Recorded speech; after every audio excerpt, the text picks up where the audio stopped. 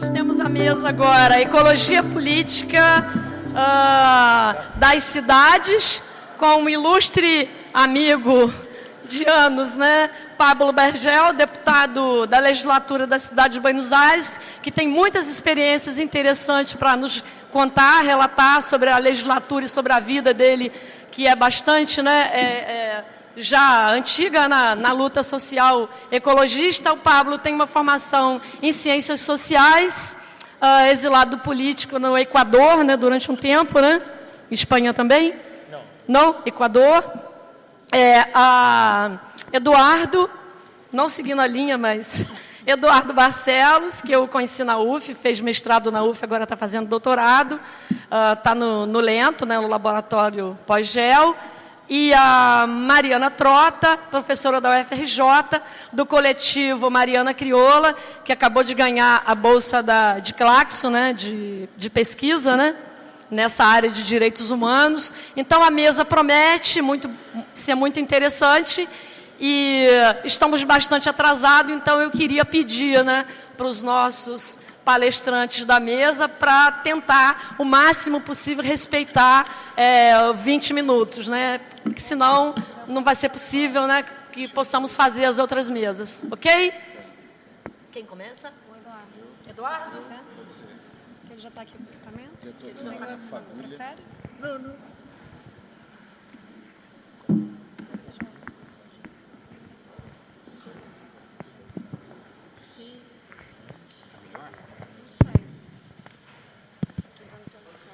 Bom, bom dia. Bom dia a todos e todas. Primeiro eu queria agradecer o convite, né, da coordenação do encontro, do seminário, principalmente Hector, Carlos Walter e Milson, né, que são companheiros aí de uma caminhada já de alguns anos, né, que a gente já vem conversando. E eu recebi esse convite para tentar falar um pouco sobre ecologia política das cidades, né? O tema que nos provoca diante do fato da gente morar num estado como o Rio de Janeiro, numa cidade como o Rio de Janeiro, né? E eu vou falar deste lugar, vou falar desde o estado do Rio, porque me parece que os processos que a gente vive hoje no Rio me parece iluminar processos bem mais amplos, bem mais gerais do que a gente imagina, né?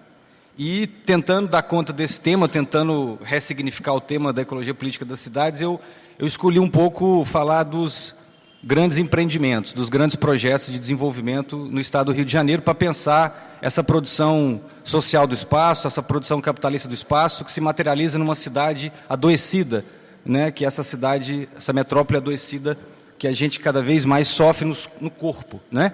Essa violência cada vez mais contextualizada pela cidade, essa violência territorialmente contextualizada por essa produção social da cidade e, sobretudo, né, pelos projetos de impacto que essas cidades vêm sofrendo, né? Então, eu queria fazer um recorte aí a partir do grande projeto, exatamente para iluminar alguns processos que a gente vem discutindo, né? Quer dizer, a gentrificação das cidades, a segregação espacial das cidades, a governabilidade do espaço urbano, né? A discussão sobre o exercício do poder na cidade, como se dá o exercício do poder a partir, sobretudo, da administração, a partir da gestão, né? São formas de dominação distintas que vêm ocorrendo na cidade. E eu queria trazer um pouco o seminário para o terreno do Rio de Janeiro para a gente discutir isso, né? E o grande projeto, queria começar aqui colocando... eu queria começar mostrando um mapa, gente. Vou ficar em pé aqui porque está frio, né? Então... tem que aquecer o corpo. Eu queria mostrar esse mapa, gente, para a gente ter um pouco de noção do que é o estado do Rio, desse padrão de conflitos ambientais que eclode no Rio, sobretudo de 2007 para cá, um período mais recente, que eu vou tentar conversar. Esse mapa foi produzido pelo GT de Agrária da AGB, da Associação dos Geógrafos Brasileiros, né, no âmbito de um projeto que a gente está desenvolvendo ainda sobre conflitos no espaço agrário. E aí por isso que eu me senti provocado a discutir a cidade, mas a partir do grande empreendimento, porque tanto a metrópole, na região metropolitana, quanto os interiores, as cidades do interiores, todas estão sendo duramente atingidas por esse movimento expansivo do capitalismo, né? Essa expansão de fronteiras, né? Que a gente vê hoje.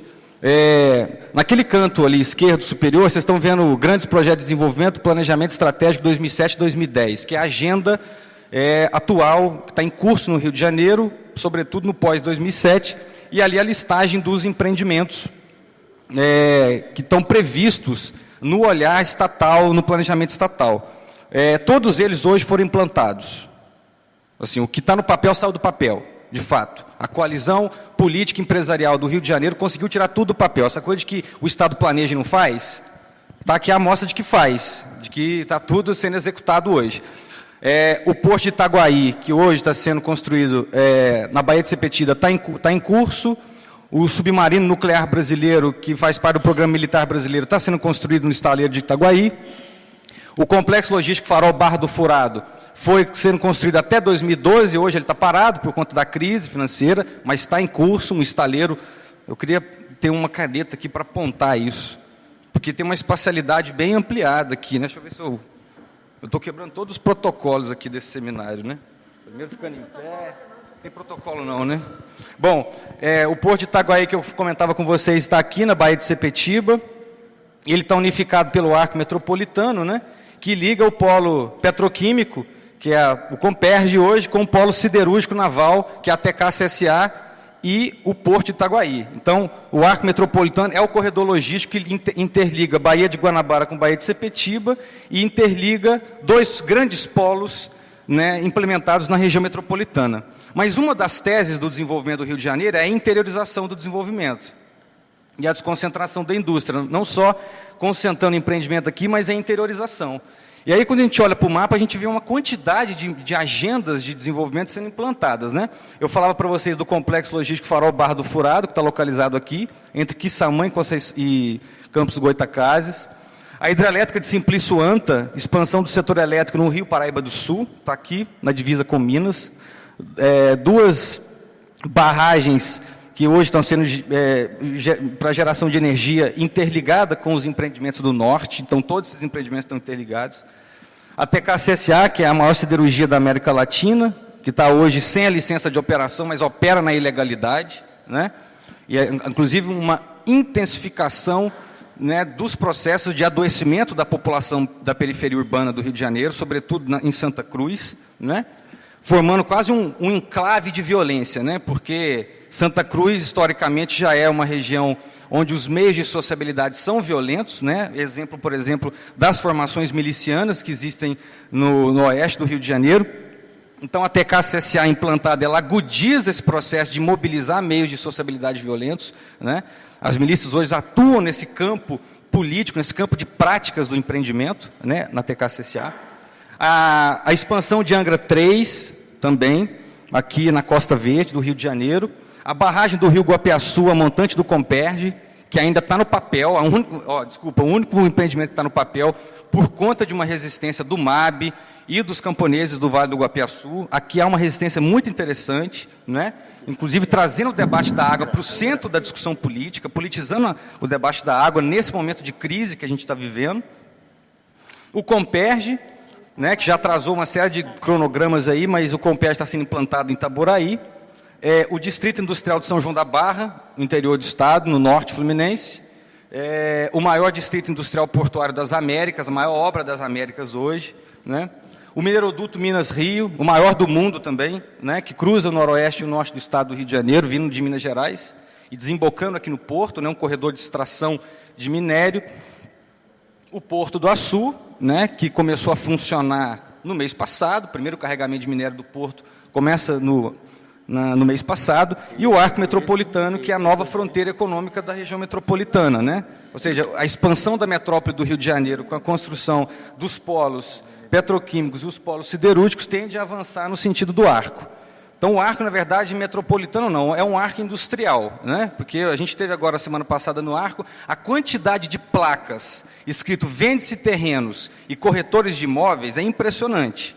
Ao longo do corredor do arco, você vê um estoque de terras ainda, de grandes propriedades, sobretudo de gado, e uma série de placas escrito vende-se imóveis e corretor de imóveis. Quer dizer, um processo de especulação agora da terra enorme e que atinge alguns assentamentos da região metropolitana. São Bernardino, por exemplo, né, o Terra Prometida, que são assentamentos do interior. Pode passar. Aqui, mostrando um pouco a bifurcação que acontece, principalmente de 1940 para cá, que é a expansão das cidades no Rio de Janeiro. O Rio hoje é o estado mais urbanizado do Brasil, e aqui está a curva da população urbana e a curva da população rural no estado, né? Considerando aqui o último censo demográfico. E uma coisa importante, gente, se a gente fizer um exercício de 2000 a 2010 aqui, o campo perdeu 44 mil pessoas em 10 anos. Isso dá 12 pessoas por dia, nesses últimos 10 anos, né, do censo de 2000 a 2010. Dá 12 pessoas por dia. E esse esvaziamento aconteceu principalmente no noroeste e no norte, onde a fronteira expande. Quer dizer, essa tensão territorial de expandir empreendimento e de esvaziar o campo ao mesmo tempo. Mas para onde está indo esse povo, né? Está se precarizando nas cidades? Por exemplo, Itaboraí, com Comperj, em 2012, recebeu 50 mil habitantes. Só Itaboraí. Carapebus, Quissamã, Campos e São João da Barra, para vocês terem uma ideia, nos últimos 2 anos, o índice de criminalidade aumentou em 50%. São João da Barra foi um dos municípios onde o índice de furto e de roubo do patrimônio aumentou em 50%. E todos eles articulados com essa agenda expansiva do desenvolvimento, né? Os dados estão mostrando como esse complexo de desenvolvimento que vem se implantando no Rio de Janeiro, né, também se implanta um complexo da criminalidade e da violência, né? Isso acompanha esse processo. Pode passar. Aqui a produção de alimentos do Rio de Janeiro também, nos últimos anos, sobretudo, os alimentos básicos, arroz, feijão, milho, mandioca. Você vê que a área colhida de 85 para 2006, que foram os dados do censo, todas elas caem. O arroz saiu de 41 mil hectares para 2 mil hectares no Rio de Janeiro, de 85 para 2006. O feijão saiu de 18 mil hectares colhidos para 6 mil hectares colhidos no estado. A mandioca de 17 mil caindo para 6, aqui uma pequena recuperação, mas na série histórica a mandioca de 17 mil para 10 mil hectares. O milho de 58 mil hectares colhidos para 10 mil. Quer dizer, tem um cenário de esvaziamento aí, mostrado ali na curva da população, e que atinge, sobretudo, a população da cidade. Quer dizer, não tem alimento mais. Está vindo carne de Altamira, por exemplo, do Pará. Está vindo feijão preto da China. Isso é toda a alimentação da cesta básica. A alimentação da cesta básica, exatamente. Né? Então, está se configurando um cenário de práticas do exercício do poder por meio desses empreendimentos que impacta diretamente essa base ambiental, essa base alimentar nossa, né? E que atinge diretamente a cidade. Pode passar. Aqui, o conglomerado, o grupo, na verdade, que manda no Rio de Janeiro, que dá o tom, na verdade, da discussão do desenvolvimento e que cria essa agenda de desenvolvimento. Eu coloquei aí os logotipos das principais empresas que conduziram todos os empreendimentos de 2007 para cá. Aqui embaixo está as empreiteiras, né, as construtoras, e aqui escritórios de engenharia, escritórios de advocacia, consultorias internacionais, que... É o EIC, aqui é o EIC. O X, agora não está multiplicando nada, tinha que ser EB-, né? Porque agora não tem nada de multiplicação mais, né? Pelo menos a gente pode falar isso agora. Dessa crise é EB-. Bom, mas aí está esse complexo de poder que se configurou 2007 para cá, né? Que se radicalizou no controle do Estado. Pode passar. Agora eu vou passar alguns empreendimentos. Aqui a TKCSA, né? Marcelo Firpo está aqui, que é uma pessoa importante nessa luta, a partir da Fiocruz, né? Junto com outros companheiros da reforma sanitária e da saúde coletiva. A TKCSA foi implantada em 2006 no Rio de Janeiro, após a recusa na Alemanha, após a recusa no Maranhão, e aí ela consegue chegar aqui no Rio de Janeiro, a partir de lutas que aconteceram, né, internacionalmente, mas lutas que aconteceram no Maranhão, sobretudo pela Associação de Médicos no Maranhão, né, uma luta da saúde, a saúde pautando o conflito, a saúde pautando o debate sobre a poluição, sobre a contaminação, e aí ela chega no Rio de Janeiro em 2006 e se implanta sob uma profunda ilegalidade, né? Hoje, por exemplo, ela não tem licença de operação, mas funciona, né? Os casos, pode passar, os casos da chuva de prata, que na verdade é um banho de contaminação sobre a população periférica, de Santa Cruz sobre os pescadores da Baía de Sepetiba. A chuva de prata hoje tem, esse material aqui tem mais ou menos 15 metais pesados, né? E a rede do SUS dessa região não dá conta de acompanhar os processos de adoecimento dessas famílias. Ou seja, há um deserto sanitário, não é isso, Marcelo? Há um deserto sanitário nessa região, porque não se tem condições de acompanhar esse perfil epidemiológico das doenças para dar conta desses processos tão profundos, né, que atinge a produção da vida. Acho que é essa discussão que o Henrique Leff traz de produção da vida, é o debate hoje desses empreendimentos. Há uma impossibilidade de produção da vida das pessoas, né, junto aos seus ecossistemas, junto ao seu trabalho. E isso está comprovado, né? No caso da TKCSA, pode passar. No caso do Comperj, a gente sabe de um conflito acirrado, né, que hoje exclui pessoas do seu próprio lar, né? Hoje nós temos pescadores ameaçados de morte, fora do município, né, circulando sem destino por conta das ameaças, sobretudo das milícias que atuam no leste metropolitano, que atinge, né, diretamente os pescadores. E hoje a gente tem companheiros que estão fora do estado do Rio, assim, num dilema e num trauma profundo, né, porque atinge ele, atinge a família, atinge um coletivo como um todo, né? Pode passar. Aqui um mapa que a gente estava produzindo junto lá dos agricultores do Guapiaçu, mostrando o planejamento de barragens no entorno do Comperj. O Comperj está aqui, e aqui é o cinturão de barragem que estão planejados para dar conta da oferta de água aqui do Comperj. Eles escolheram a barragem onde tem mais camponeses na região, que é a barragem do Guapiaçu. Entre as 5 eixos, eles escolheram o Guapiaçu, onde mais impacta a agricultura. São mais de 1.100 agricultores que vivem ali. E quando você analisa a cadeia de produção desses agricultores, chega a 3.000 pessoas. E 3.000 pessoas não são contabilizadas como atingidos. Atingidos é o quem? É quem mora no lar atingido, naquela casa ali. Atingiu a casa, atingiu a pessoa. Mas a relação que ela mantém com outras famílias, para além do município, não é contabilizado como atingido. Então, eles falam de 3.000 atingidos. E só para vocês terem uma ideia, o Vale do Guapiaçu hoje saem por dia 55 toneladas de alimentos por dia, que vai para o Ceasa Irajá, da Zona Oeste do Rio. 55 toneladas por dia de alimentos, né? E o Comperj tem todo o interesse de construir essa barragem, até pela distância, mesmo dizendo que a água para reuso, que vai ser utilizada no Comperj, a crise hídrica mostra que não tem reuso de nada. Pode passar. Aqui é um pouco as imagens do Vale do Guapiaçu, né, onde esses agricultores estão se mobilizando hoje, pode passar. Aqui é o assentamento Ilha do VEC, que são assentamentos antigos, criados pelo INCRA na década de 60, né, expulsos do Imbé, que é uma região de conflito no norte fluminense, e vieram agora para o Guapiaçu e agora estão sendo expropriados novamente. Quer dizer, é uma vida de expropriação que essas pessoas estão passando. Pode passar. Aqui o projeto Minas Rio, o maior projeto de mineração do mundo, né, que começa em Conceição do Mato Dentro, cruza 32 municípios do estado de Minas, do Rio de Janeiro, e desemboca aqui no Porto do Açu, né? O mineroduto está pronto hoje e já está funcionando também. Pode passar. Aqui um pouco as imagens da mina, lá na Serra do Sapo, Serra da Ferrugem. Aqui, para vocês terem uma ideia, gente, essa imagem que vocês estão vendo aqui é o limite que a gente pode chegar no empreendimento.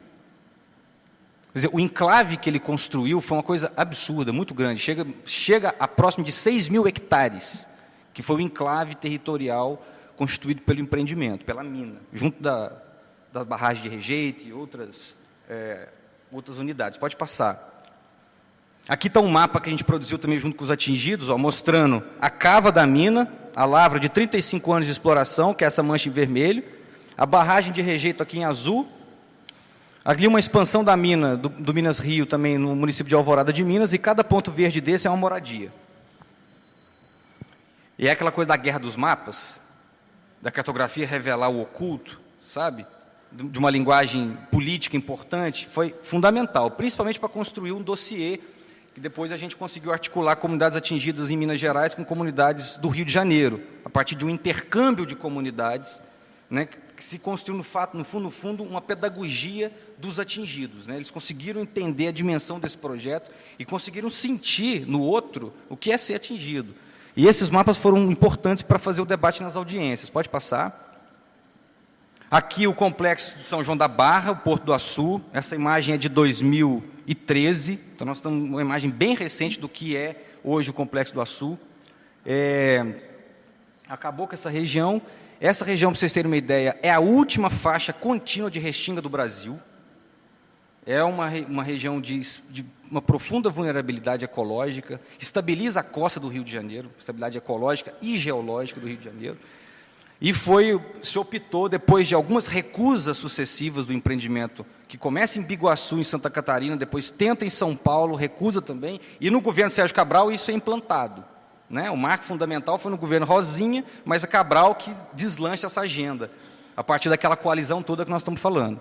Esse aqui é o canal de acesso do estaleiro, que rasgou o continente e salinizou as águas da planície Goitacá, que é essa planície toda costeira que a gente tem. E essa planície aqui, gente, os registros de ocupação dessa planície é do século XVIII, aquilo que o Alberto Lamego chamava de muxuango, que era um pescador, agricultor, mas que pescava mais do que plantava. Porque, inclusive, ele tem uma visão um pouco distorcida da agricultura de lá, porque ele dizia que, como é areia, como é planície costeira, não tem agricultura, portanto, eles foram para o mar pescar. Mas se você for lá hoje, você vê que São João da Barra é o segundo produtor de abacaxi do estado do Rio de Janeiro, o segundo produtor de quiabo do Rio de Janeiro e o terceiro de pescado. Quer dizer, nesses 250, 300 anos, eles fizeram solo. O manejo da restinga foi compatível com a produção de alimentos hoje em São João da Barra. Eles fizeram solo. Então, essa coisa que os agrônomos chamam de aptidão agrícola, improdutividade, que o INCRA usa para fazer a desapropriação de terra, nesse caso aqui, isso cai por terra. Essa racionalidade de pensar de que os ambientes não são férteis, não são produtivos, cai por terra, porque eles demonstraram que é possível produzir alimentos na costa. Pode passar. Aqui a propaganda do complexo como um todo, e aí a propaganda não coloca os agricultores, isso aqui é vendido para os credores internacionais. Nós vamos chegar numa região que não tem ocupação. Essa tese do vazio demográfico é mais atual do que nunca.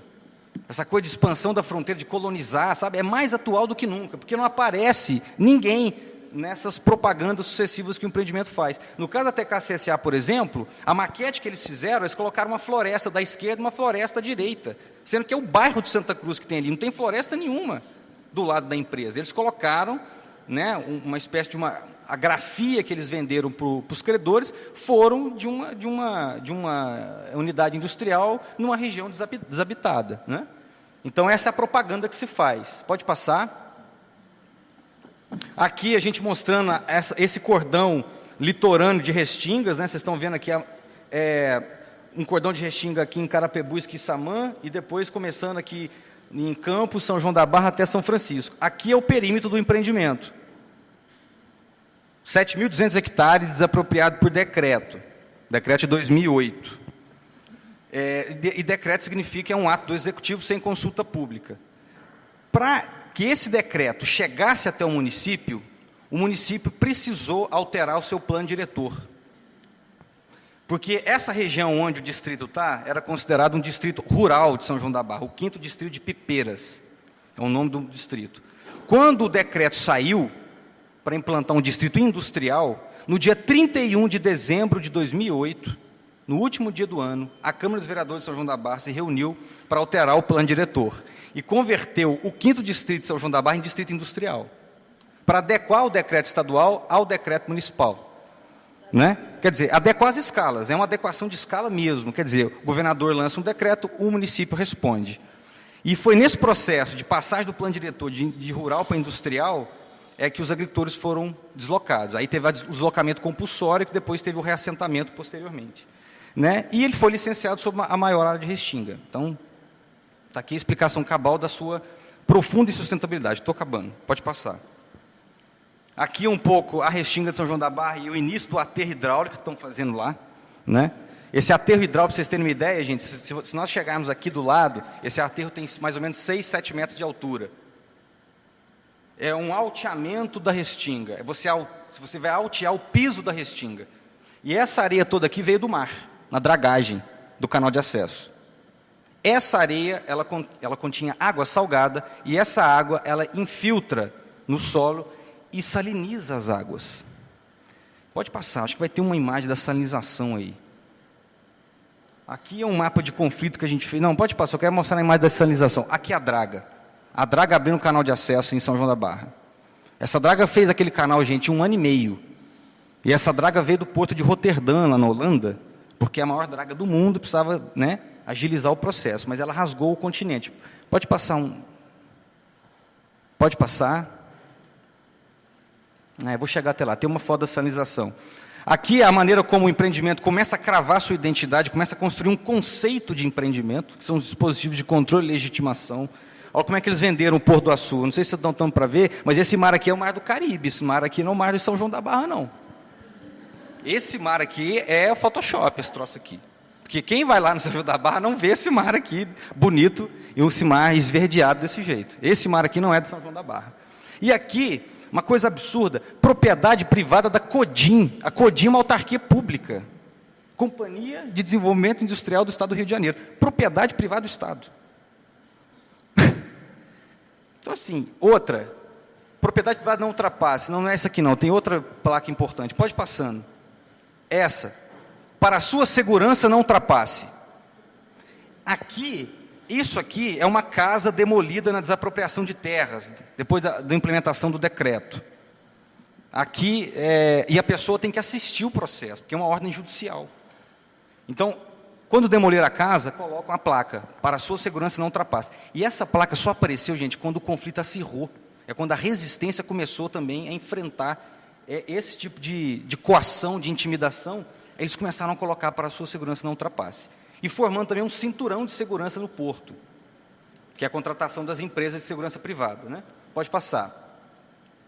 Aqui as desapropriações, seu Totonho foi desapropriado desse jeito, ele teve que sair da casa dele com isso aqui, que é um saco de milho, de espiga de milho, que ele planta o milho, né?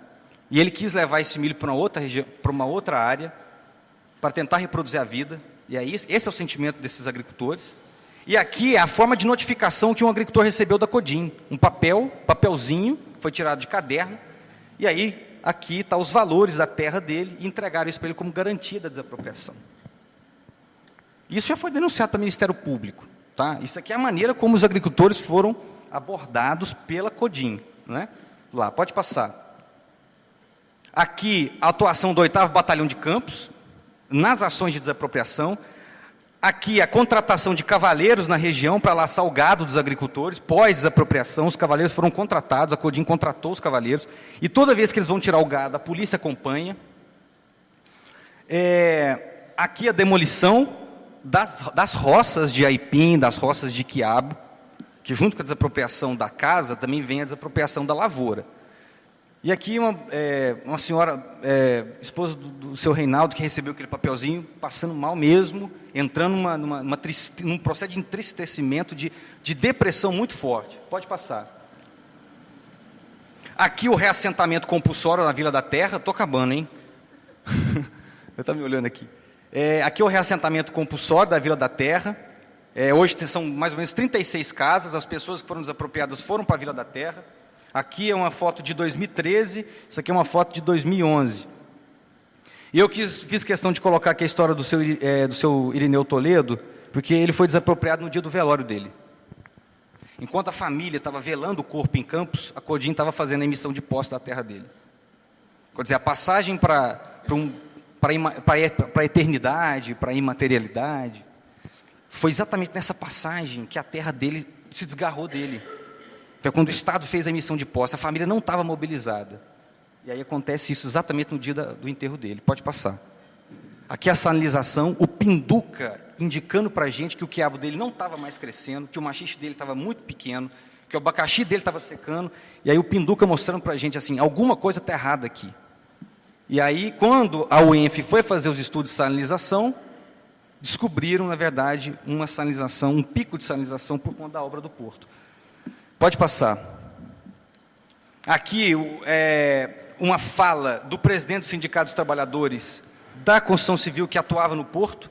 A falta de segurança, continuam morrendo funcionários, o número de acidentes é elevado e a alimentação é péssima. Além disso, os salários não foram equiparados aos do Porto Sudeste, conforme foi prometido, e as horas gastas durante o transporte não são pagas corretamente. Isso aqui é uma fala de uma pessoa que se mobilizou também nas greves, sucessivas greves que aconteceram, né? Para vocês terem uma ideia, só para ir concluindo, em 2013 teve 250 autos de infração do Ministério Público do Trabalho na obra. Pode passar. Pode passar. Aqui, só para concluir, aqui é o impacto da compensação ambiental do porto sobre os assentamentos. Criação de unidades de conservação na política de compensação sobre os assentamentos da reforma agrária. Olha só, gente, criação de uma unidade de conservação sobre áreas federais, sobre terras federais aqui dos assentamentos. Então, existe uma sobreposição aqui. Pode passar. E aqui um pouco, para concluir mesmo, aqui algumas audiências públicas, aqui uma plenária dos atingidos que a gente fez no intercâmbio das comunidades de Minas com a do Rio. Aqui um dossiê que a gente produziu também para fazer a denúncia. A gente está querendo agora tentar internacionalizar esse dossiê, levar isso para outros fóruns internacionais. Aqui a campanha de não ultrapasse, já que não ultrapassa a propriedade privada, não ultrapasse a vida dos agricultores, não ultrapasse a sua vida, a sua produção da vida. Aqui é uma campanha contra a salinização do porto. E aqui é uma audiência pública dos agricultores do Guapiaçu, que estão ainda resistindo e a obra ainda não saiu, né? É isso, gente. Então, passando o tempo aqui. Obrigado.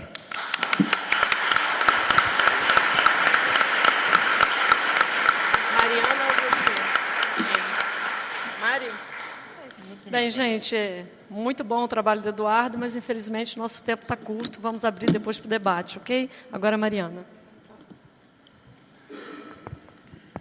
Então, bom dia a todos e todas. Queria inicialmente agradecer o convite ao Hector por participar desse espaço. Fico muito feliz. Eu, na verdade, minhas colegas, minhas companheiras de trabalho na assessoria jurídica popular e de reflexão acadêmica, né? A Ana Cláudia Tavares e a Fernanda Vieira, que também estão promovendo essa reflexão conjunta nesse trabalho que eu vou expor aqui um pouco. Então, só para contextualizar um pouco, nós fazemos parte de um centro de assessoria popular denominado Mariana Crioula, que é um centro que congrega advogadas populares aqui do Rio de Janeiro, que integra nacionalmente uma rede nacional de advogados e advogadas populares, a RENAP, que é oriunda de 1995, de um processo de criminalização, inicialmente do Movimento dos Trabalhadores Rurais Sem Terra, do MST, e que, posteriormente, vai estar se organizando em todo o Brasil e vai atuar em outras temáticas. Então, hoje, nós trabalhamos com assessoria jurídica popular, tanto do Movimento dos Trabalhadores Sem Terra, do MST, de comunidades quilombolas aqui do estado do Rio de Janeiro, como com movimentos urbanos, de ocupações coletivas que reivindicam o direito à moradia, como, por exemplo, recentemente, esse trabalho de assessoria junto ao Movimento dos Trabalhadores Sem Teto, o MTST, que recentemente promoveu a ocupação de terras de uma massa falida, de uma fazenda, de um imóvel inutilizável, fazenda não, era uma antiga fazenda, mas hoje já é um terreno numa área urbana, na região de São Gonçalo. E também trabalhamos também na defesa de manifestantes presos, detidos, em processo de reivindicação de direitos, de protestos sociais. Então, em 2013, em junho de 2013, nós, junto a outros coletivos de advogados, que surgiram também no período das chamadas e conhecidas como Jornadas de Junho de 2013, atuamos numa advocacia de rua na defesa dos manifestantes detidos. Então, nesse período das Jornadas de Rua, além dos coletivos de advogados populares que já estavam organizados no Rio de Janeiro, como o nosso e outros, como o Instituto de Defensores de Direitos Humanos, o DDH, outros coletivos como o Habeas Corpus, passou a atuar na defesa desses manifestantes. Especificamente, essa fala aqui que eu vou estar promovendo, que foi o objetivo do convite do Hector, nós vamos destacar um pouco das reflexões que nós temos feito a respeito das jornadas de junho de 2013, pensando um pouco na organização e reconfiguração de alguns coletivos e grupos que estiveram presentes nesses protestos de junho de 2013, trabalhando muito com a categoria do Thompson de pensar a experiência e o fazer-se dessas organizações e desses processos de lutas políticas e sociais, que foi um trabalho que recebeu agora o prêmio Eder Sader da Claxo, em que nós pensamos esse processo de mobilização, assim como, e especificamente, que vai ser o recorte da minha fala, o processo de repressão e criminalização pelo Estado.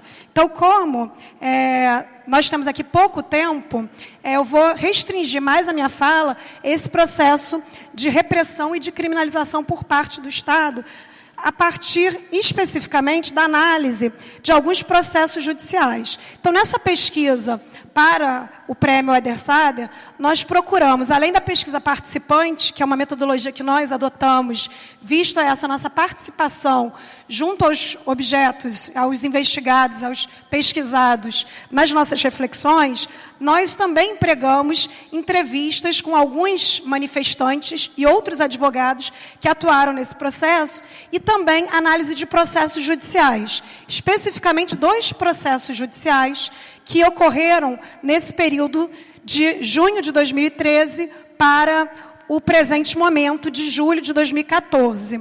Então, nós analisamos o processo do morador de rua, na verdade, preso no dia 20 de julho de 2013, no centro da cidade, quando ocorreu a maior manifestação, que congregou o maior número de pessoas no centro da cidade do Rio de Janeiro, naquele contexto em que os meios de comunicação disseram que haveriam 300 mil pessoas no centro da cidade, mas que os participantes e mesmo os intelectuais que analisam esse processo sinalizam que estavam presentes nesse protesto mais de 1 milhão de pessoas no centro da cidade do Rio de Janeiro. Então, o Rafael Braga foi um dos detidos e preso efetivamente nesse dia das manifestações, mas efetivamente o Rafael Braga era um morador de rua. Então, analisamos esse processo do dia 20 de junho de 2013, do Rafael Braga, e, por outro lado, analisamos o processo também que culminou recentemente, no final agora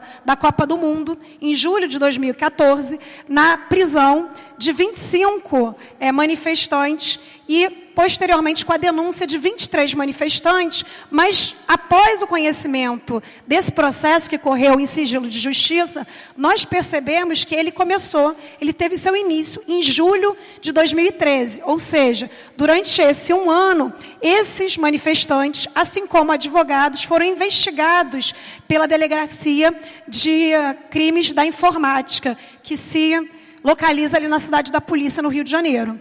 Aqui no Rio de Janeiro. Então, antes, só para contextualizar esse processo, desses 2 processos judiciais, da análise desse processo de criminalização, desses 2 processos judiciais, nós percebemos o início dos protestos de junho de 2013, não iniciando propriamente em junho de 2013, mas a partir de todo um acúmulo de lutas, com várias formas de mobilização que vinham no Brasil ao longo da sua história, né? Então, a história de luta pelos transportes públicos é uma história que remonta à própria história da construção das metrópoles brasileiras. E outras lutas também, como o direito à moradia, por saúde, educação, também são lutas que remontam toda a nossa história e que vão ter uma nova dimensão no período da redemocratização. O que traz de inovação e de novidade nesse período de junho de 2013 foi a possibilidade de uma ampliação dessas lutas e de uma reconfiguração de novos grupos a partir dessas jornadas e desses protestos de junho de 2013. Então, nós compreendemos, inicialmente, os primeiros atos de junho de 2013 foram convocados no Rio de Janeiro pelo Fórum de Lutas contra o Aumento da Passagem, que era um fórum que já organizava e articulava vários grupos, vários movimentos sociais no Rio de Janeiro, desde 2012, ao menos. Em 2013, esse fórum começa a convocar os primeiros atos em torno da redução da tarifa dos transportes e, portanto, reivindicando a efetivação de uma das dimensões do direito à cidade sustentável, que é o direito à mobilidade urbana, que compõe esse direito que está previsto no Estatuto da Cidade, no seu artigo 2º, inciso 2 do Estatuto da Cidade, que foi fruto também de mobilizações dos movimentos pela reforma urbana e, por outro lado, de tensionamentos do grande empresariado e dos setores do capitalismo industrial, para que não houvesse uma ampliação de direitos em torno do Estatuto da Cidade, mas esse Estatuto Estatuto da Cidade foi a síntese dessas lutas políticas e que, se por um lado cristaliza interesses do grande empresariado, da construção civil e dos setores econômicos das cidades, por outro lado também conseguiu estabelecer alguns freios a tais poderes e também alguns direitos reivindicados pelos movimentos de reforma urbana, apesar dos limites da conquista de direitos por parte do Estatuto da Cidade, no Estatuto da Cidade. Então, nós contextualizamos que esse estopim dos protestos vem, na verdade, efetivamente, da convocação por uma redução da tarifa, visto um transporte público de péssima qualidade, mas há uma ampliação, paulatinamente, da crítica à inefetividade do direito à cidade sustentável, que vai ser incorporado por vários manifestantes. E aí, nos atos que se seguem, aos 1º de junho de 2013, essas bandeiras vão sendo incorporadas. Então, no dia 20 de junho, nesse grande ato, com mais de 1 milhão de pessoas, nós percebemos a presença de movimentos, tanto rurais, como o MST, movimentos urbanos, como o MLNM, Movimento Nacional de Luta pela Moradia,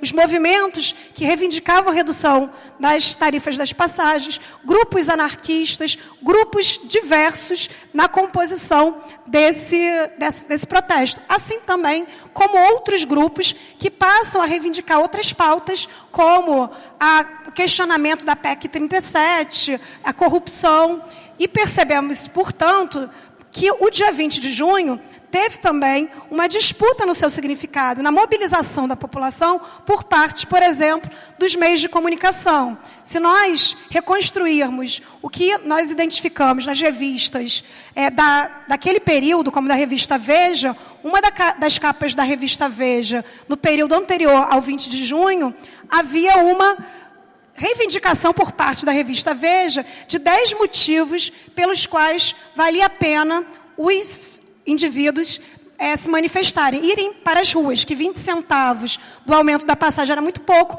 e haveriam outras pautas diversas e interessantes pelos quais os manifestantes poderiam estar protestando. Então, percebemos naquele momento uma série de segmentos da sociedade buscando significar e ressignificar aqueles protestos, incentivar e buscar a direção daqueles protestos. Então, no dia 20 de junho, houve uma difusão de pautas das mais diversas.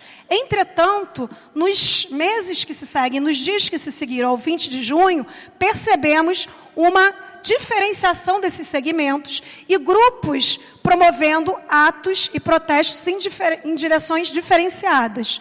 Outro aspecto que nós achamos que contribuiu para a eclosão e para o aumento da participação social naquele momento foi o grau de criminalização e de repressão utilizado pela Polícia Militar do Rio de Janeiro desde o início dos protestos. Então, no início dos protestos, já no primeiro ato, que contava com 300 pessoas no início de junho, a Polícia Militar já havia reprimido fortemente os manifestantes, inclusive promoveu o encaminhamento para a delegacia de 3 manifestantes.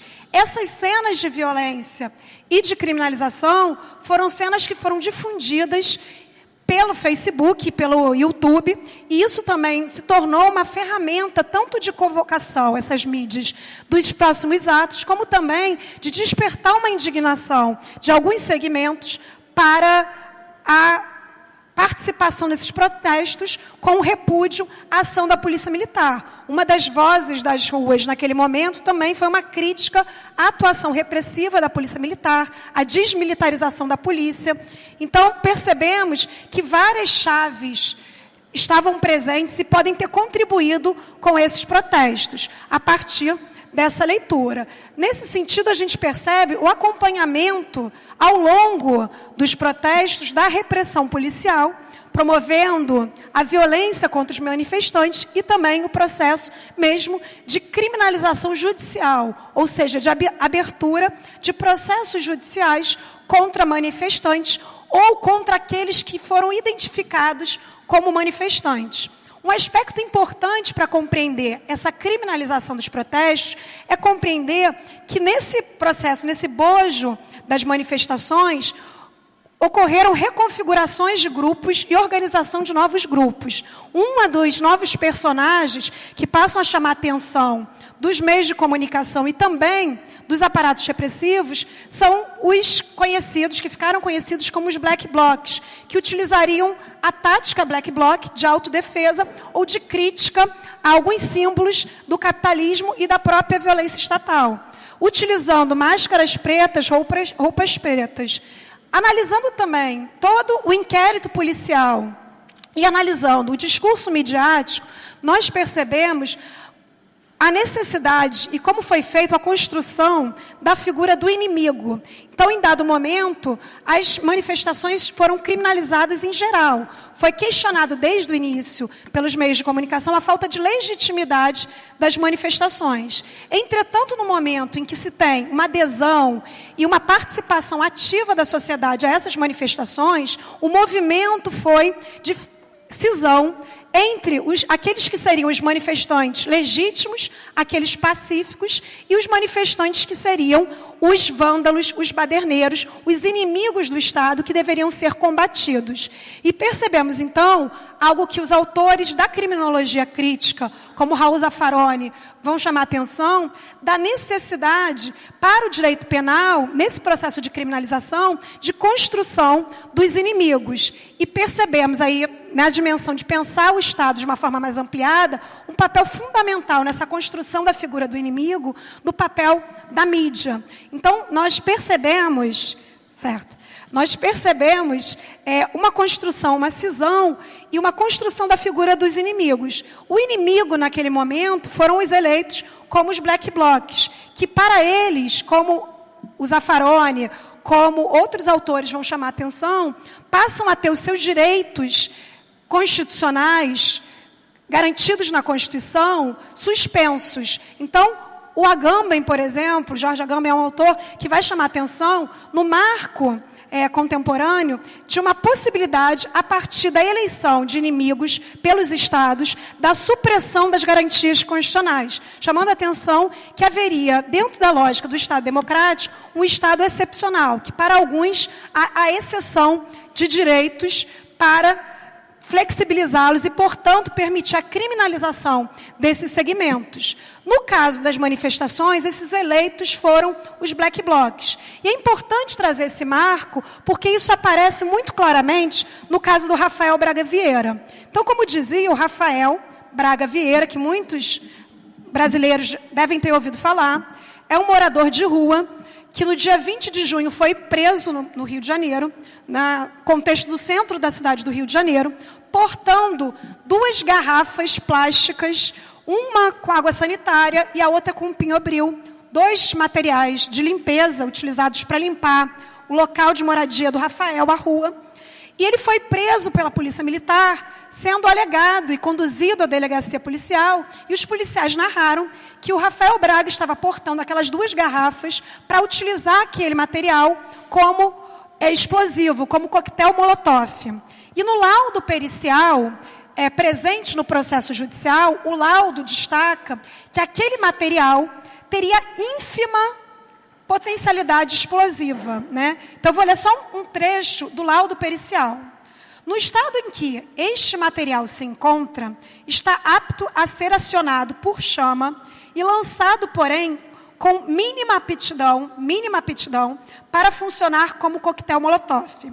Pode ser utilizado com eficácia na prática de crimes como arma de coação, intimidação ou ser acionado e lançado contra populares ou forças policiais, apresentando, contudo, ínfima potencialidade de funcionar como coquetel Molotov. Então, há uma construção de um discurso, nessa construção da verdade jurídica, uma leitura daquele material a partir do relato dos policiais, que, portanto, compreendeu que, apesar da ínfima potencialidade explosiva, ele poderia ser utilizado para o fim de coquetel Molotov, portanto, como explosivo. O Rafael foi condenado a mais de 5 anos de prisão, no regime inicialmente fechado, pelo crime previsto no artigo 16, inciso 3 do Estatuto do Desarmamento, por porte de explosivo. E na fundamentação da juíza, da decisão da juíza, tem um trecho bem interessante que justamente traz esse contexto de relacionar o caso do Rafael a justamente esse cenário de vândalos relacionados ao Black Bloc, essa figura do inimigo relacionada, ou seja, de perceber o Rafael Braga como um Black Bloc que seria inimigo e que, portanto, o dispositivo deveria ser entendido junto com as provas no sentido mais restritivo possível para garantir a prisão do Rafael. Então, um trecho da decisão que eu vou ler destaca o seguinte: mais uma vez, o fato ocorreu enquanto centenas de milhares de pessoas reuniam-se pacificamente para reivindicar a melhoria dos serviços públicos. Naquele mesmo episódio, verificou-se a presença da minoria, quase inexpressiva, se comparada com o restante de manifestantes, imbuída única e exclusivamente na realização de atos de vandalismo, tendentes a desacreditar e desmerecer um debate democrático. A utilização do material incendiado, no bojo de tamanha aglomeração de pessoas, é capaz de comprometer e criar risco considerável à incolumidade dos demais participantes, mormente em se considerando que ali participavam famílias inteiras, incluindo crianças e idosos. Percebemos, portanto, essa leitura do Rafael a partir dessa chave de compreender o Rafael como essa minoria que estaria ali presente para utilizar o material que seria possível ser transformado em coquetel Molotov para promover o vandalismo. Então, percebemos essa construção dessa figura do inimigo. Assim como no processo que teve início com o inquérito policial aberto no dia 7 de julho de 2013, para investigar pela Delegacia de Repressão dos Crimes Informáticos a mobilização que se dava pelo Facebook dos Black Blocs e dos Anônimos Brasil. Então, analisando o inquérito policial, nós percebemos que foi esse inquérito que autorizou, no dia 3 de setembro de 2013, a busca e apreensão de equipamentos eletrônicos, máscaras, na casa de pessoas que foram, a partir da quebra do sigilo informático de dados pelo Facebook, foram identificados como administradores dessas páginas. Não sei se vocês se recordam, mas naquele momento houve apreensão na casa desses jovens de vários pertences, inclusive máscaras, os equipamentos eletrônicos e mesmo livros, e normalmente livros ligados ao anarquismo. Por quê? E aí a gente percebe essa violação de um direito constitucional, que é o direito à liberdade de pensamento, que seria a leitura dos livros anarquistas. Porque os anarquistas passam, então, a ser caracterizados pelas autoridades policiais como os vândalos, como esse grande inimigo. Tem um trecho do inquérito muito interessante para pensar justamente essa dimensão. Então, no inquérito, há o seguinte trecho que vai justificar e fundamentar a quebra de algumas garantias constitucionais para os grupos identificados como anarquistas. Especificamente, algumas pessoas que são identificadas pelas autoridades policiais como Black Blocs e como participantes da FIP, Frente Independente Popular, que é uma das articulações e segmentos que se organizam e se rearticulam aí no período dos protestos de junho. Então, eu vou ler um trecho do inquérito para ir concluindo minha fala. A delinquência política de viés anarquista é a mais insidiosa.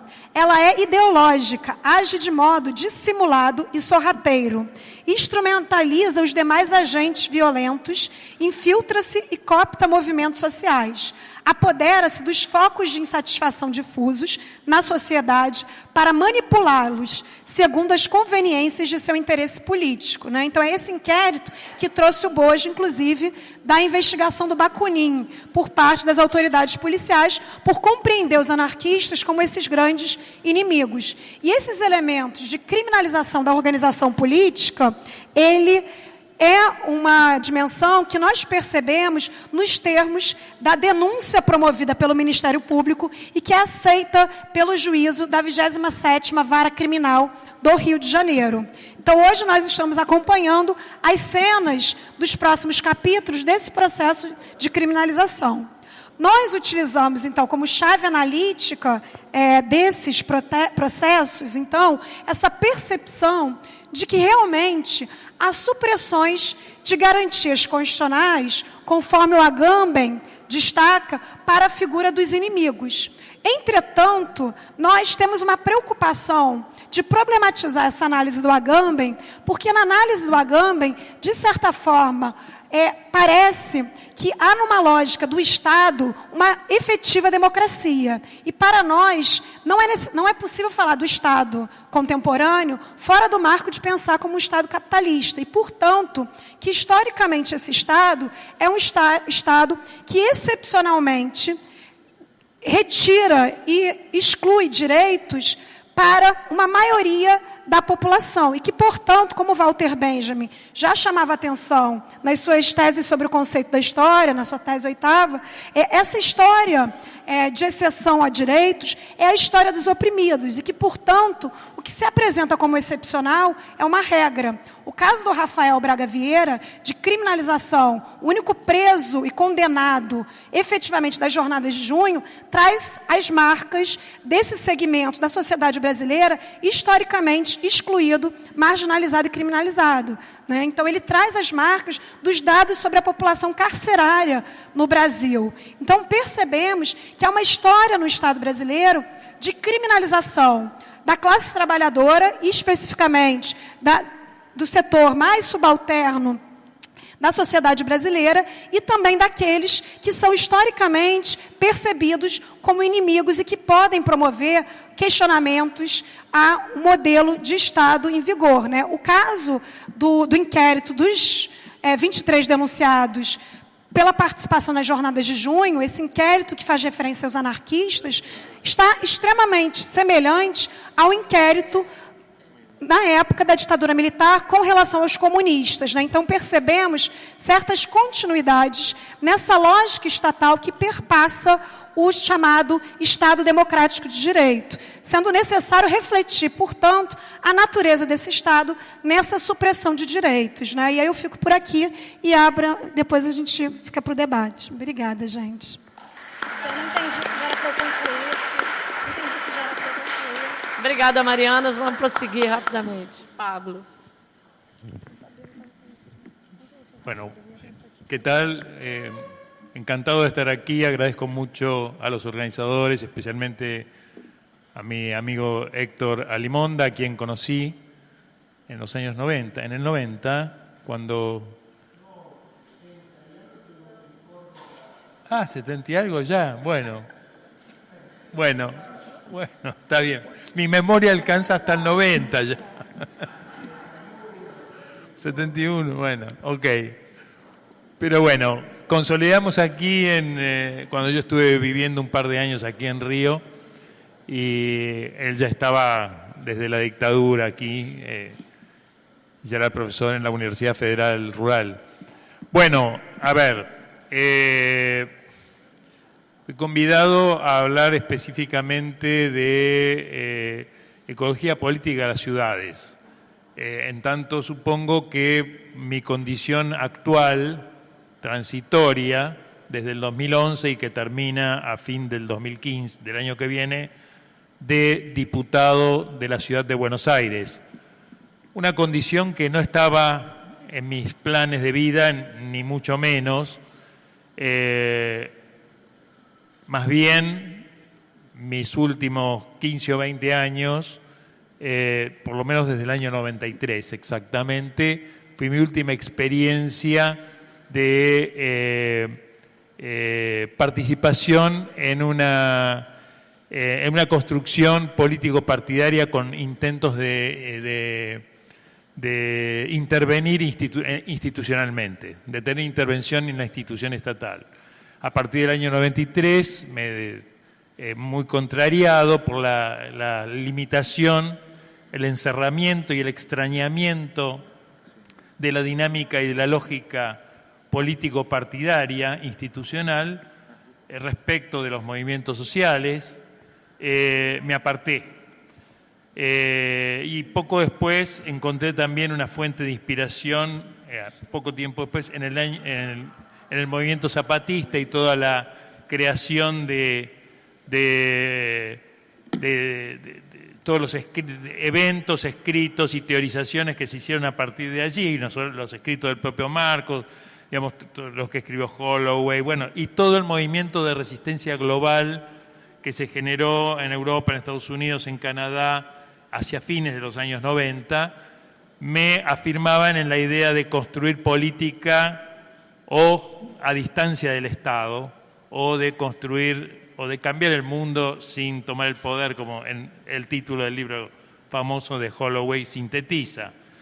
Eso me llevó a participar muy intensamente en los movimientos de tipo, en movimientos sociales y movimientos de tipo asambleario, tanto en la ciudad de Buenos Aires, donde vivo, como en los movimientos, sobre todo a partir del estallido, que ustedes probablemente recuerden, el estallido de finales del año 2001 y el estallido el fin del gobierno, la insurrección popular del año 2001, en todo el país, pero principalmente en la ciudad de Buenos Aires, y la conformación de un estado de asambleas populares en los barrios de la ciudad de Buenos Aires. Yo participé muy intensamente, no solamente de Buenos Aires, sino en otras ciudades del país también, pero muy fuertemente en la ciudad de Buenos Aires, donde había distintas asambleas, por lo menos cada 15, 20 cuadras de distancia, había una asamblea barrial distinta con 200, 300, 400 o 500 participantes en sus mejores momentos, en una curva que luego, hacia el finales del 2002 y 2003, se fue declinando y extinguiendo su energía. Y este es todo un fenómeno de enorme repercusión para toda una enorme discusión. En cambio, sí, comenzaron a emerger con mucha fuerza las asambleas populares en pueblos y ciudades del interior, o en pequeñas poblaciones y medianas poblaciones del interior del país, pero ya focalizadas ante enemigos extractivistas concretos, fundamentalmente la megaminería. En Esquel, en el 2003, es interesante tomar esto como ejemplo. Existía una asamblea del 2003 en Esquel. Esquel es en el sur oeste de Argentina, en el sur patagónico oeste, fronterizo con Chile. Una empresa minera canadiense se iba a instalar a 6 kilómetros de la ciudad. Existía una asamblea como reflejo, creada un poco a imagen de las asambleas de Buenos Aires. No tenía un objeto preciso, tenía el mismo objeto que tuvieron las asambleas de Buenos Aires, que en su momento que era un objeto total, o sea, que se vayan todos, que no quede ni uno solo y que venga lo que nunca ha sido. No sé si se entiende. Que venga lo nuevo, lo que nunca aconteció, lo que nunca ha sido, lo vamos a crear nosotros desde el vamos. Y no reconocemos ninguna representación, en primer lugar, de los políticos, pero tampoco ningún mediador intelectual, ningún mediador partidario, ningún mediador periodístico, ni ninguna autoridad exterior a la inmanencia, a lo que la Asamblea en su inmanencia puede generar, valorar y crear. Este era el fenómeno, y esto fue un fenómeno nuevo en la política argentina, en la sociedad y en la política argentina. Digo, nuevo también en mi vida. Yo ya no era joven, pero sin embargo, digamos, fue un fenómeno completamente diferente a los que desde que yo había comenzado mi militancia política y social allá por los años 60, esto era un fenómeno completamente diferente. Esto se reprodujo entonces en movimientos similares en el interior del país, pero focalizados en enemigos concretos. Las asambleas de Buenos Aires eran contra todo el Estado y era por prácticamente refundar las condiciones de vida. Era de una ambición que obviamente tuvo que ver con su agotamiento, con su agotamiento en un año y medio y con sus dificultades, pero es todo otro tema larguísimo para tratar.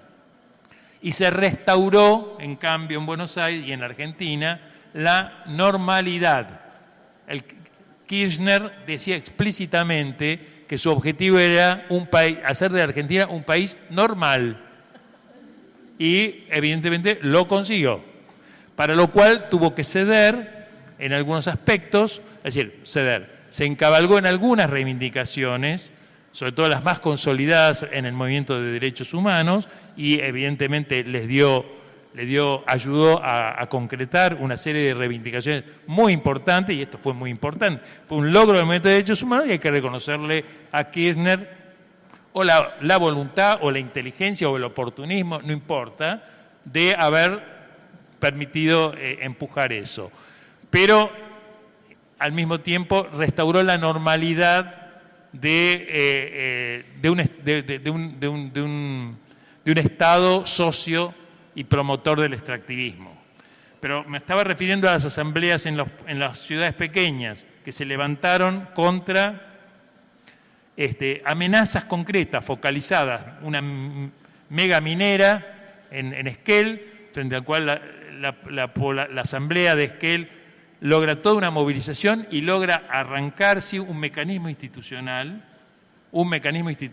que es el plebiscito, y logra establecer un plebiscito que gana por el 81% para que no se instale la minera, ¿sí?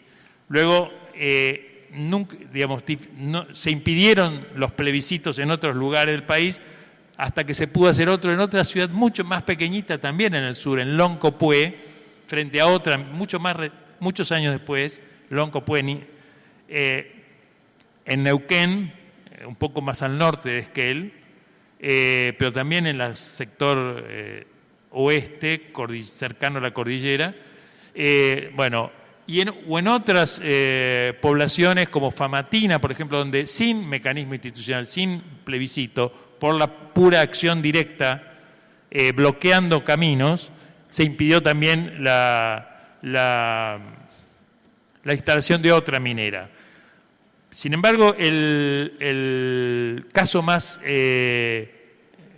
masivo y prolongado fue la movilización del pueblo de Gualeguaychú. En la Gualeguaychú, Entre Ríos, río Uruguay, frontera con Uruguay, donde se iba a instalar y se terminó instalando una pastera, una fábrica de pulpa de celulosa finlandesa, que finalmente se acabó instalando, pero que generó la mayor movilización de miles y miles y miles de personas, hasta 100.000 personas se llegaron a movilizar en Gualeguaychú, y se cortó la ruta internacional durante años. Sin embargo, esto sí terminó en una derrota, que también plagado de contradicciones y de muchísimos aprendizajes a sacar de cada una de estas cosas, de cada una atravesada por enorme cantidad de fortalezas y también enorme cantidad de debilidades. Y cuando estaba, participando, en los movimientos asamblearios, empecé a percibir hacia finales hacia el 2009, 2010, también una cierta,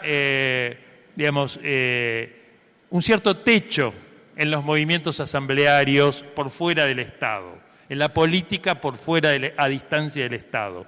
Empecé a percibir no solamente sus enormes potencialidades, pero también sus techos, en la repetición, la dificultad de avanzar cuando el enemigo focal o era derrotado o triunfaba, o era derrotado o se oscurecía o se postergaba. Normalmente, en ese caso, las asambleas terminaban declinando, muchas veces enfrascadas en peleas o contradicciones internas que reflejaban que la energía no se podía dirigir hacia afuera, se terminaba dirigiendo y anulando, pero sin posibilidad de ir más allá hasta ahora, o en todo este tiempo, lo mismo que pasó con las asambleas de Buenos Aires, sin posibilidad de ir más allá en la posibilidad de proponer o construir fuerza alternativa de envergadura para cambiar, no solamente para resistir o digamos, pasar de ser una fuerza de resistencia y reivindicación frente a un enemigo concreto, a una capacidad de incidir en un cambio más estructural de la situación. O de, sí. Entonces, estaba percibiendo yo digamos, voy a decir, cuanto más tiempo pasa en mi vida, más confuso estoy, no más claro, ¿sí? Más, no estoy más claro, estoy más confuso. Así que más atravesado por contradicciones, quiero decir. Y cuantas más experiencias políticas y sociales diferentes, y aprendo más, pero también tengo más incertezas. De modo que después de haber renegado de la política institucional en los años 90, haberme abrazado con mucho entusiasmo la política de los movimientos sociales, también los movimientos de desocupados que se generaron en la década del 90, sobre todo en la década neoliberal de los 90, con metodología de piquetes, de corte de rutas, ¿sí? Metodología propia de sociedades no industriales. O en este caso no eran no industriales, sino expulsados de la industria, la mayoría de los casos. No eran campesinos, como yo había visto en Ecuador, el corte de ruta como metodología habitual de los movimientos campesinos en Ecuador. Pero no lo había visto, no era un método habitual en Argentina. El método habitual en Argentina era la lucha obrera tradicional, huelga, ocupación de fábrica.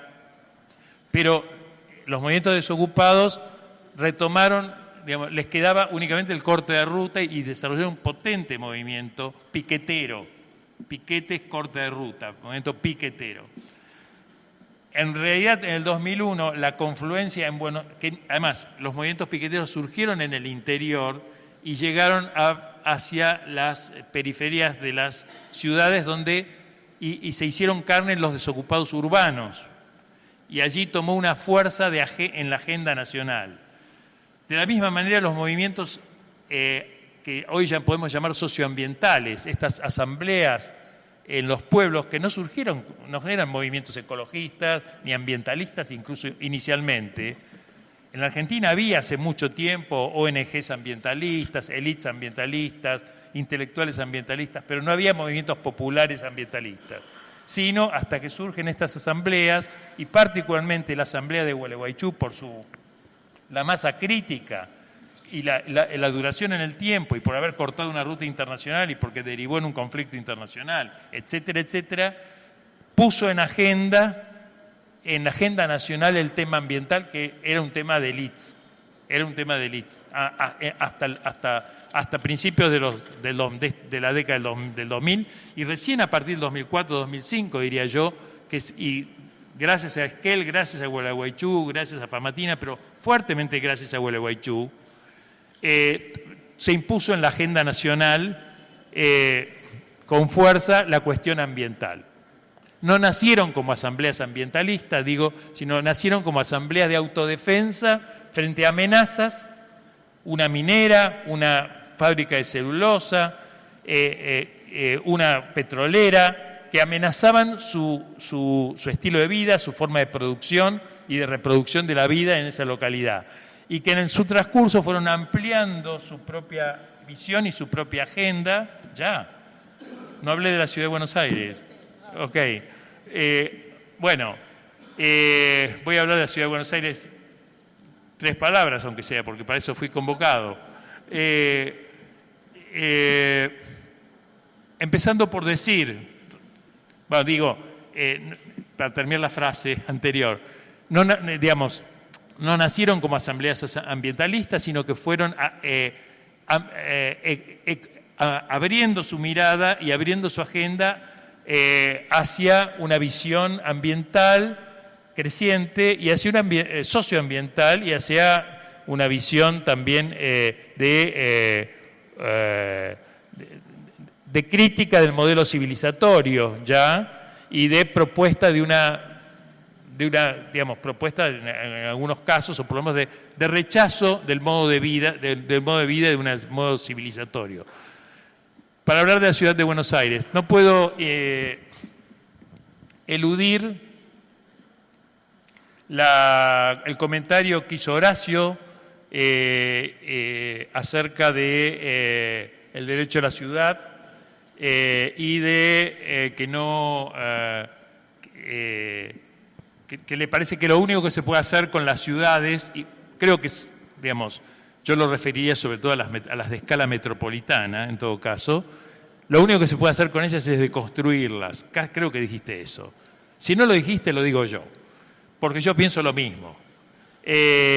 A ver, y me pasa lo mismo con el tema del derecho a la ciudad, que es sostenido por colegas míos, incluso mi querido amigo Quique Viale, recomiendo su último libro junto con Maristelas Vampa, acaba de aparecer, que se llama Mal Desarrollo. Sostienen, bueno, trabajamos juntos en el mismo gabinete. Yo soy el diputado, pero soy nada más que el coordinador de un equipo, es una especie de banca colectiva lo que intentamos entre unas 20 personas, y discutimos. Bueno, y discutimos duro, discutimos duro y apasionadamente entre nosotros. ¿Qué quiere decir esto del derecho a la ciudad? A ver, el derecho a la ciudad y el derecho al campo y el derecho a la naturaleza, es decir, ¿a qué ciudad? ¿A qué ciudad? A ver, pero hay una realidad. A ver, frente a los movimientos sociales urbanos que luchan por vivienda, por servicios básicos, la verdad que lo que quieren ellos es estar en la ciudad en condiciones de dignidad. Es decir, la palabra derecho a la ciudad les cabe. Es derecho a... Claro, lo que pasa es que cuando exigen urbanización, cuando exigen servicios básicos y urbanización, que es la exigencia básica de los casi 500.000 sobre 3 millones, 500.000 sobre 3 millones de habitantes de la ciudad de Buenos Aires que tienen necesidades habitacionales insatisfechas, porque viven en favelas, en villas miseria o villas de emergencia, favelas, así lo llamamos nosotros, o porque viven hacinados en hoteles, o porque tienen necesidades habitaciones insatisfechas. Para ellos quieren urbanización, y urbanización es a modelo de la ciudad de clase media, media alta y alta, que es insustentable, que es insustentable. Entonces, sin embargo, es muy difícil discutir. A ver, nosotros tenemos en el gabinete que responder cotidianamente a los golpes de puerta. Todos los días la gente nos llama por teléfono o nos golpea, directamente nos golpea o se mete sin golpear. Y está bueno que eso pase. Pero la gente se mete en nuestro gabinete y después los jueves tenemos que votar cosas. Tenemos que votar todos los jueves. O sea, no podemos decir lo vamos a pensar, vamos a discutirlo un poco más. Tenemos que discutir, pero hay que tomar decisiones. Somos una última minoría, el poder lo tienen otros, y la gente nos golpea la puerta a nosotros, ¿sí? ¿Y qué demanda la gente? Bueno, nos demanda que, digamos, poder acceder a la ciudad esta que está, poder ser incluidos en la ciudad esta. Demandan la inclusión en la ciudad que está. Más ciudad, como la que ven en los sectores de clase media, como la que más acceso a la ciudad es eso. Y de alguna manera, derecho a la ciudad es tomado en ese sentido, y yo estoy de acuerdo con Horacio que me parece insustentable. Yo he intentado discutir con los movimientos, he intentado y continúo intentando, pero es una discusión larga y muy difícil, la idea de una urbanización diferente, la idea de una urbanidad diferente. No ya, digo, incluso en el mismo espacio, difícil esto, territorial de la ciudad de Buenos Aires, que ya es difícil. En realidad, yo preferiría poder discutir la creación de nuevas urbanidades en otros territorios. Es más, hablar de la ciudad de Buenos Aires, en rigor debí empezar por ahí. Es imposible hablar de la ciudad de Buenos Aires, o inclusive de lo que se llama el área metropolitana de Buenos Aires, que son la ciudad de Buenos Aires más 16 municipios. que en total tienen el 35% de la población del país vive ahí. En la ciudad de Buenos Aires viven 3 millones, en el área metropolitana viven 13 millones. Es un solo fenómeno, porque además los flujos son cotidianos. Entra más o menos 3 millones de personas por día a la ciudad de Buenos Aires. Duermen 3 millones, viven 3 millones y entran unos 3 millones y salen 3 millones, más o menos, de esos 13 millones. Lo constituye una 35% de la población de los 40 que ocupan, 42 será en este momento, millones que hay en el país, viven en esa región. Y en otras metrópolis más menores, pero que son muy importantes ya, como Rosario, el Gran Córdoba, el Gran Mendoza, ahora el Gran Resistencia en el Chaco, ya se convirtió en un Gran Resistencia, son mucho menores que Buenos Aires, que la región metropolitana de Buenos Aires, pero ya son metrópolis también. Y son inviables, a mi juicio, conseguir un buen vivir en esos espacios territoriales con esa densidad de población. Hay una capacidad de carga de los ecosistemas. Hay una capacidad de carga de los ecosistemas que es permanentemente transgredida, bueno, no de ahora, sino de hace mucho, por lo que comanda el desarrollo de la ciudad de Buenos Aires, lo que comanda los movimientos efectivos de la ciudad de Buenos Aires, por supuesto, es el mercado, son los intereses del capital, son los intereses inmobiliarios, lo que se llama, lo que Enrique Vial, entre otros, llama extractivismo urbano. Es una palabra interesante, no sé si es muy precisa, pero es interesante para poder discutir con los compañeros de las asambleas populares que luchan contra otras formas, extractivismo minero, extractivismo sojero, extractivismo del frac de petrolero, poder sumarnos en una misma plataforma con la peculiaridad de que en la ciudad de lo que se trata es del extractivismo urbano. El extractivismo urbano es el uso del suelo con fines de especulación inmobiliaria y la expulsión de población de ese territorio, la expulsión o acorralamiento de la población o el deterioro de sus condiciones de vida. Solo para dar una idea, 340.000 viviendas de la ciudad de Buenos Aires, una de cada 4. En el censo del 2010 estaban vacías en el momento del censo. O sea, cuando fue el censista a tocar el timbre, no sé cómo se dice acá, el timbre no contestó nadie en una de cada 4 viviendas, en 340.000 viviendas. Pueden que algunas sean oficinas o consultorios, pero la mayoría seguramente son viviendas ociosas.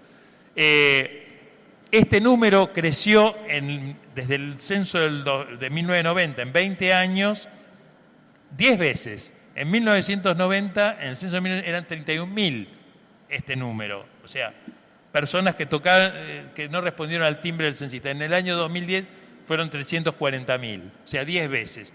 Así que, por más que sean oficinas, esto muestra un crecimiento impresionante de la construcción. Sí, tengo que cortar. No, sé que estamos apurados. Un crecimiento impresionante de la construcción y al mismo tiempo se creció varias veces la población de las villas miserias, de las favelas. Mientras que la población total de la ciudad de Buenos Aires, en los últimos 60 años, no de la ciudad de Buenos Aires, no del AMBA, no de la región metropolitana, sino estrictamente de la ciudad, permanecen poco menos de 3 millones de habitantes, 2.900.000 y tanto, casi igual en los últimos 60 años. Lo que crece es el conurbano.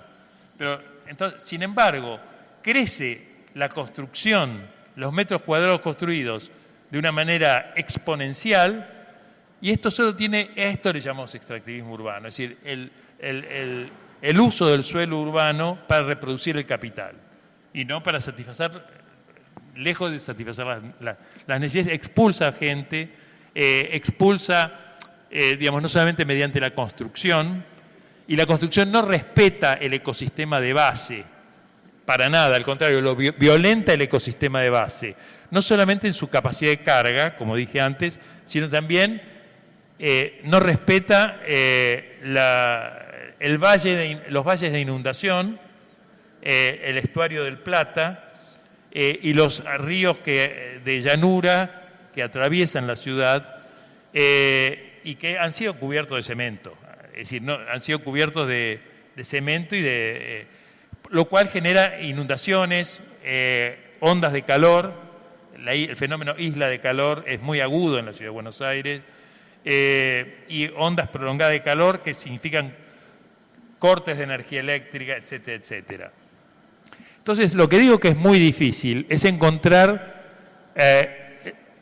los actores sociales o los sujetos sociales que pueden sustentar proyectos este tipo de cambio estratégico, que nosotros igualmente los presentamos para ponerlos en agenda y para discutirlos principalmente con los actores sociales. Por ejemplo, agroecología urbana. Nosotros presentamos y tratamos de discutir un proyecto de agroecología urbana.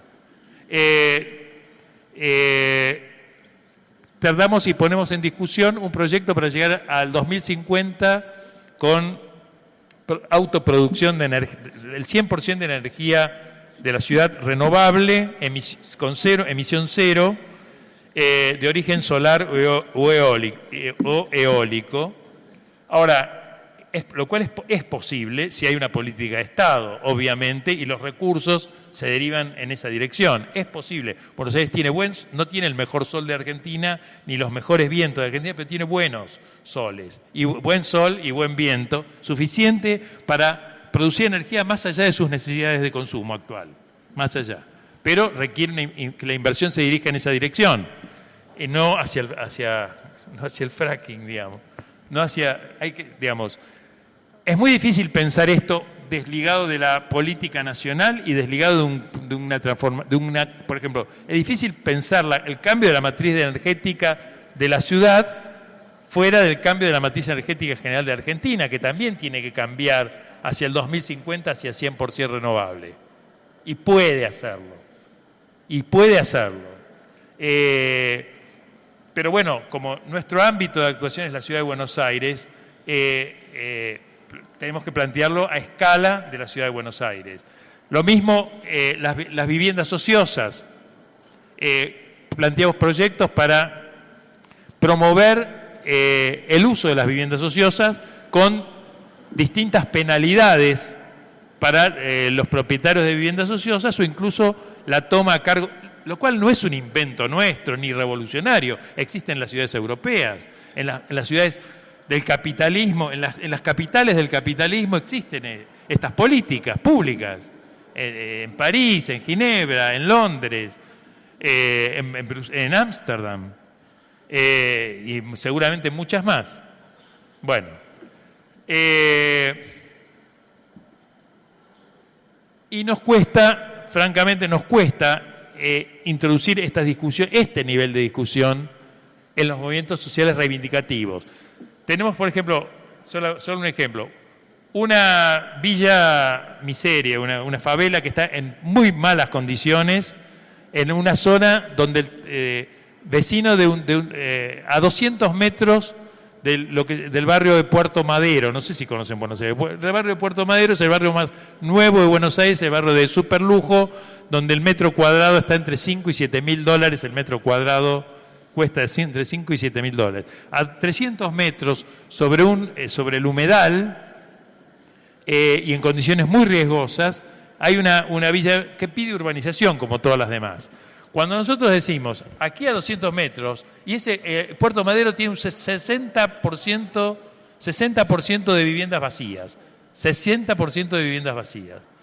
Cuando nosotros decimos, compañeros, está bien, el derecho a la vivienda es un derecho indiscutible. Ahora, nosotros podemos insistir en urbanizar este humedal que da sobre el río de la Plata, o tomar las viviendas que están acá a 200 metros, vacías, o tomar las viviendas, ¿no? Es muy difícil, ocupar, sí.